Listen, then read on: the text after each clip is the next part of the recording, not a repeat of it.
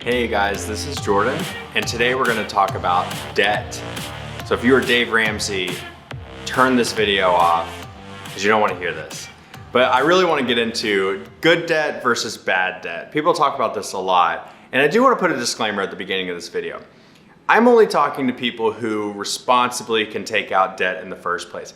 If you know yourself and you say, well, if I open up a credit line and the next week I go max it out at the mall, this video is also not for you. I'm talking about people who can responsibly take out debt and spend it in a responsible way. So let's talk about good debt versus bad debt. What are the attributes for each? In my opinion, good debt gives you an asset that goes up in value and also provides cash flow. Okay, those two things are going to be important. So you're looking at things that the asset over time is going to be worth more in the future than it is worth today. So a good example would be like a rental property.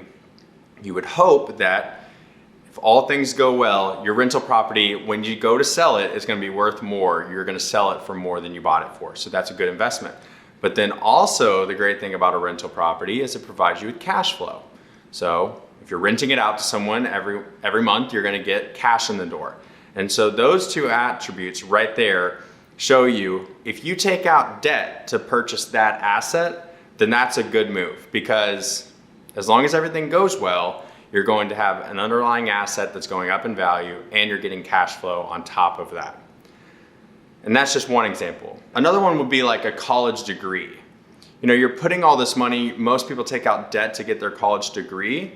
At least at the end of your degree, you're going to have an asset, you're going to have your degree that will get you earnings in the future.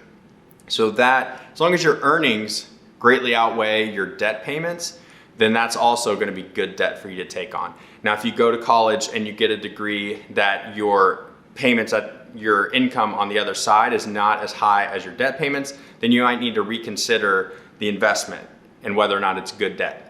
Now let's talk about bad debt. Bad debt, in my opinion, is pretty simple. It does the opposite of good debt. So the underlying asset depreciates in value and it provides no cash flow. The best example is a car. Your car, you'll never, unless it's like an oldie car that's cool, every normal car normally goes down in value right when you drive it off the lot. It provides no cash flow to you throughout the ownership of it. So you end up, maybe you buy a car for $10,000, and 5 years later, you're lucky to sell it for $2,000. That's not good debt. If you can, you should try to pay for a car cash so that because the debt piece, you are paying interest on it. So you want to make sure that you're not just digging a hole for yourself. And so that's just one example. There's a bunch of them, like a couch, a TV, taking stuff out in credit cards. Those are all, in my opinion, bad debt because it's not creating cash flow for you.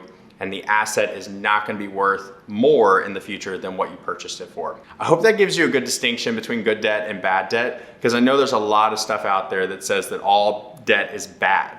Not all debt is bad, but you have to be reasonable with it and you have to have the expectation that the underlying asset is actually going to provide you cash flow while you're taking out the debt. Thanks so much for watching, guys, and I'll see you soon.